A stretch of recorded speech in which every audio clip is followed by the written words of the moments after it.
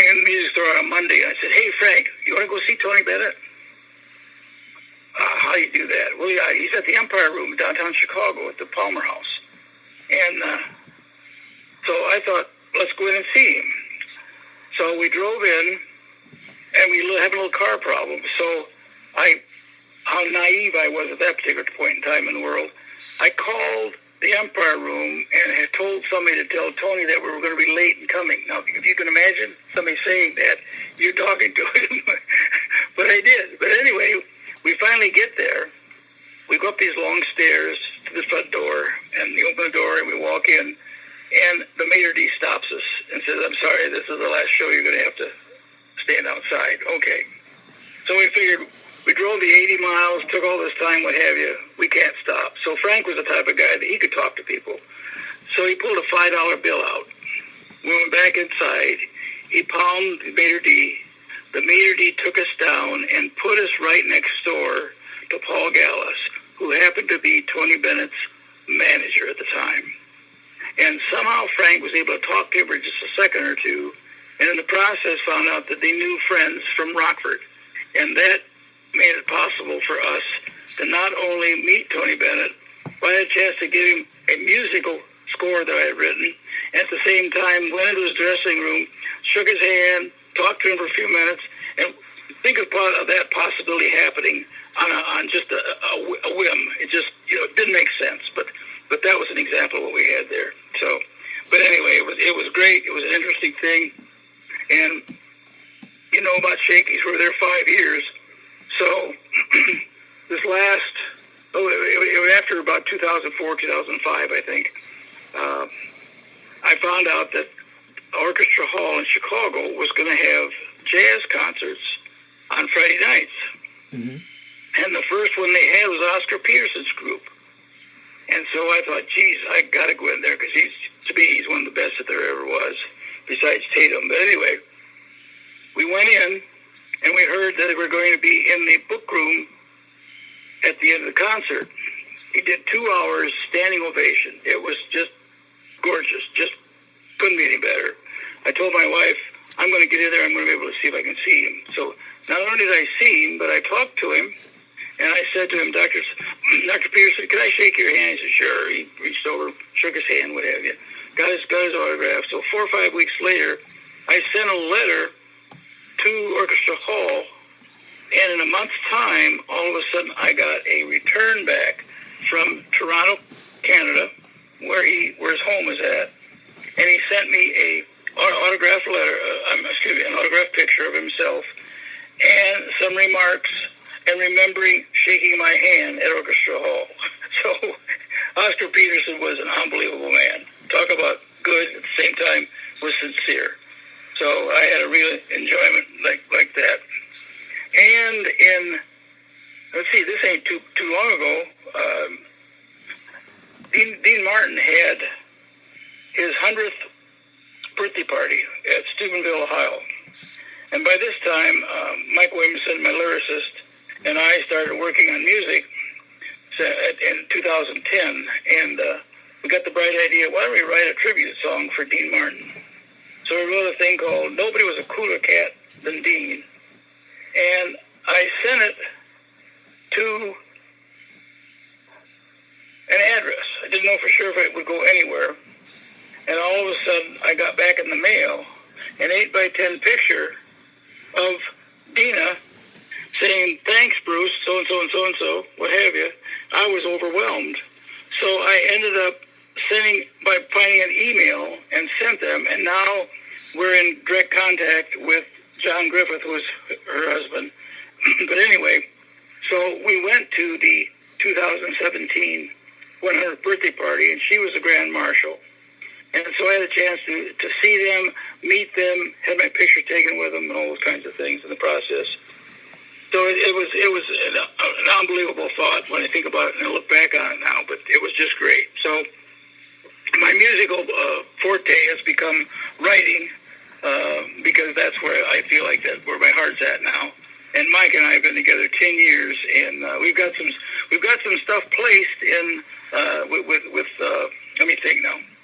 with Elvis Presley Jr. There is such a person. He's real. He's authentic. You name it. He lives in Dayton, Ohio, and Vegas. And Tom Jones, we've got something with him. We don't know if he's going to do anything with it now, but he's got something. And B.J. Thomas is doing a little work. So we're in the process of trying to get some stuff out there, and it's like everything else. It's hard to do it, but at the same time, when you've got interest and love, it's easy to do. So, but that's sort of my, shall we say, my overview, whatever you might think. Definitely. You've had quite the career, and it's great you're still doing it after so many years, you know. It's great you're still working. It's one of those things where once it's in your blood, it's like the old idea of the sawdust. You just can't get it out. If you're not playing or if you're not being involved with someplace, you just feel like you're missing out on something. You got to be part of the picture, and to sit down and play with a group of guys is really fun. Right now, I'm doing 2 nights a week at a place called the Huffman House, which is the nicest restaurant in Rockford here, and they're notable for their prime rib, I guess, nationally. And we've been shut down since March, so I've actually been, so I say, sitting home here wondering when the devil we're going to get back to work. But I've been there 4 years and as a single. And I provide just background music for the restaurant, and it's been perfect. It's been a most wonderful job in retirement for all intents and purposes. But it keeps me totally attuned, and at the same time, Mike and I, we see each other every Tuesday from 2 to 5, and we either write or we talk or we, shall we say, barnstorm, or we see who else we can get in touch with or what ideas, and that's how we've come up with. So far, we've written Nobody's a Cooler Cat Than Dean for Dean, and we've got Here's to Old Blue Eyes, which is a tune, a Frank Sinatra tribute, and we're working on Sammy's song, which is a tribute to Sammy Davis Jr., and I sent an email not too long ago to a thing called The Pack Rat Is Back, which is a thing I found out has been going for 20 years at Vegas. And so they when I sent the email, that same day they sent me back and said, Bruce, please send us stuff. We'd like to check it out. So they've had it for 2.5 weeks, and we haven't heard back from them. But we're going to wait till we get Sammy's done before we get in contact with them to show that we got now all 3, and if they need them or want them, they're for the having. So, but our writing has been fun. At the same time, it gives us another example of what we're doing. We did have a lady. I will tell you this: we did have a lady by the name of Julia Quinn from New York City that contacted me in 2010, and she said, I saw your CD on cdbaby.com. She said, a particular selection caught my eye. She said, I'm looking for a person who can write vintage jazz because I'm going to produce a new Broadway musical called The Cotton Bluff. And I just couldn't believe this, that I was being, shall I say, propositioned musically, 1,000 miles away. And so she said, I've got to make a decision by the 26th of February, 2010. And what have you. So I went ahead and started doing some ideas and sent some stuff to her. I ended up getting the position. In the meantime, she says, why don't you find a collaborator? And that's how Mike and I got going. And so over the period of the next 4 years, we wrote half of this musical. But then we ended up losing our scriptwriter, who happened to be, of all places, from Oconomowoc, Wisconsin. She wasn't even from New York.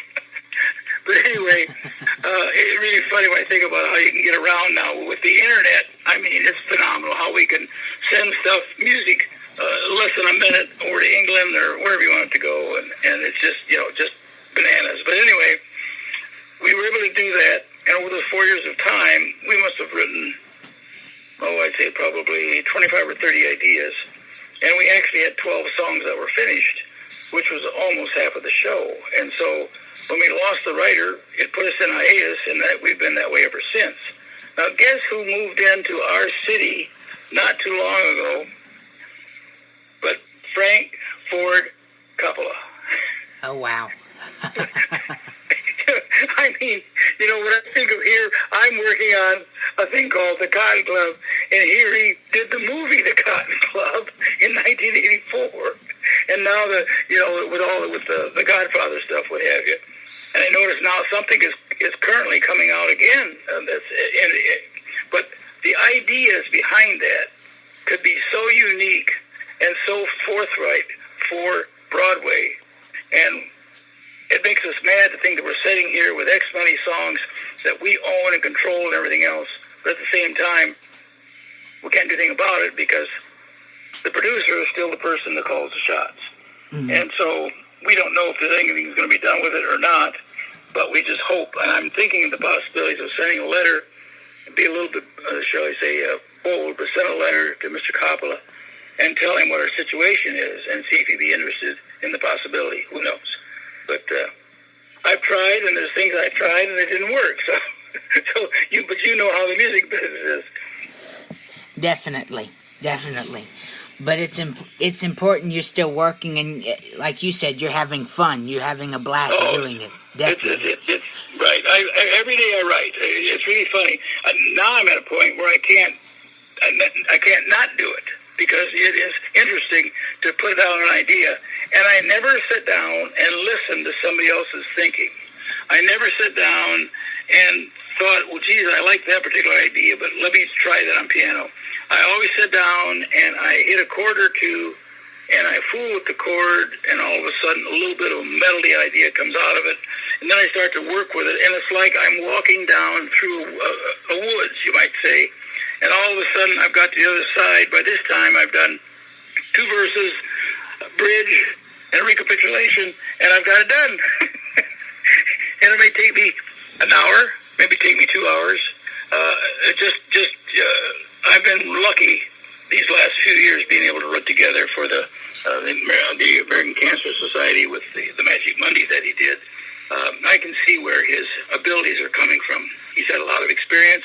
At the same time, he doesn't look at it that way, but he really does. So we make a good twosome. Definitely.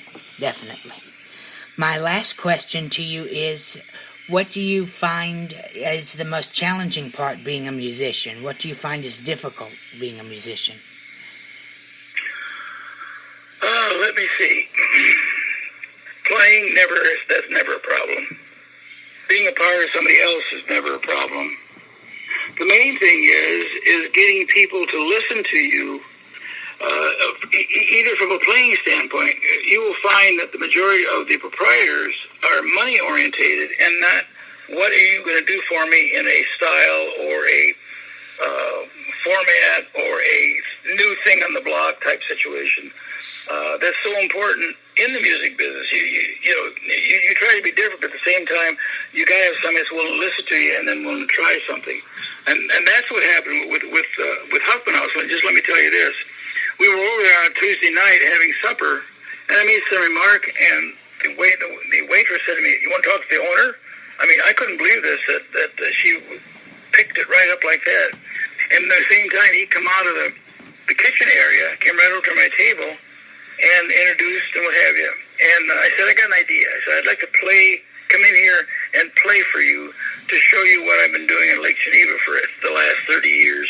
And I want to now work in Rockford, my town where I've been living since 65. So I came in on a Thursday night, and I played, and he was in Chicago, so his hostess made a videotape of me. I mean, me playing piano, that ain't the answer to prayer, but that's what they did.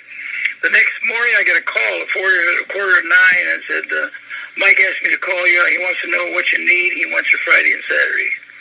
That little bit made me go from one extreme to all of a sudden being known in Rockford of the pianist at Huffman House. And I've been there now 4 years. And he wants me to stay for as long as I want to. I mean, you can't normally get that logical situation. But there's an example where I was what they were possibly looking for if they were exposed to it. And that's what happened. But now with us doing a lot of our writing, it's so hard to get people to listen to you, to take the time to do a review. I mean, and at the same time, too, they want to make themselves like they're always across the Mississippi River. They're on that side of the road. I mean, they're on that side of the bank, and you're on this side of the bank, and you just can't throw that information far enough. So the email thing is a way that they can stop you by not having one or not letting you see it all.